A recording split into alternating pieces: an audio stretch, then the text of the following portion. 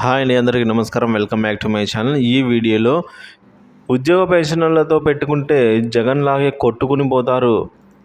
So వివరాలు వీడియోలో తెలుసుకుందాము. దయచేసి వీడియోకి ఒక లైక్ చేయండి.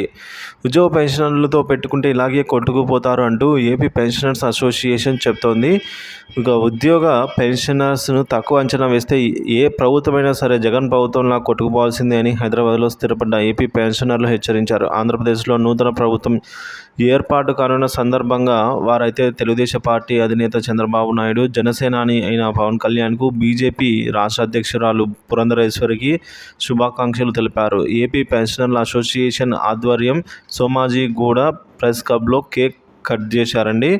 సో అసోసియేషన్ గౌరవ అధ్యక్షులు, all India state pensioners federation మాజీ ప్రధాన కార్యదర్శి జి పూర్ణచంద్రరావు గారు, అసోసియేషన్ ప్రధాన కార్యదర్శి టీఎంబీ బుచ్చిరాజు తదితరులు మాట్లాడుతూ, ఇటీవల ఏపీలో జరిగిన ఎన్నికల్లో పెన్షనర్లు 54 లక్షల ఓట్లను ప్రభావితం చేశారని అయితే అన్నారు.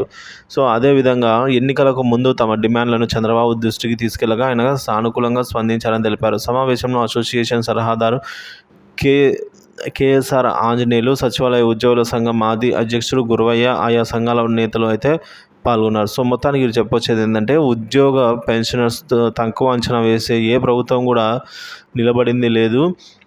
జగన్ ప్రభుత్వంలా కొట్టుకుపోవాల్సిందే అని అయితే మీరు చెప్తున్నారు. సుమారుగా 54 లక్షల ఓట్లను ప్రభావితం చేసిన ఈ ఉద్యోగ పెన్షనర్స్ కీలకమండి. వీరు గెలుపోటములను నిర్దేశించే కీలక ఓట్లండి ఇవి. 54 లక్షల ఓట్లు అంటే ఆ మేరకు ప్రభావితం అయితే చేస్తుంది. గెలుపు వైపు అయితే వీరు నిల్చున్నారంటే ఖచ్చితంగా గెలుస్తుంది ఆ పార్టీ అనేది.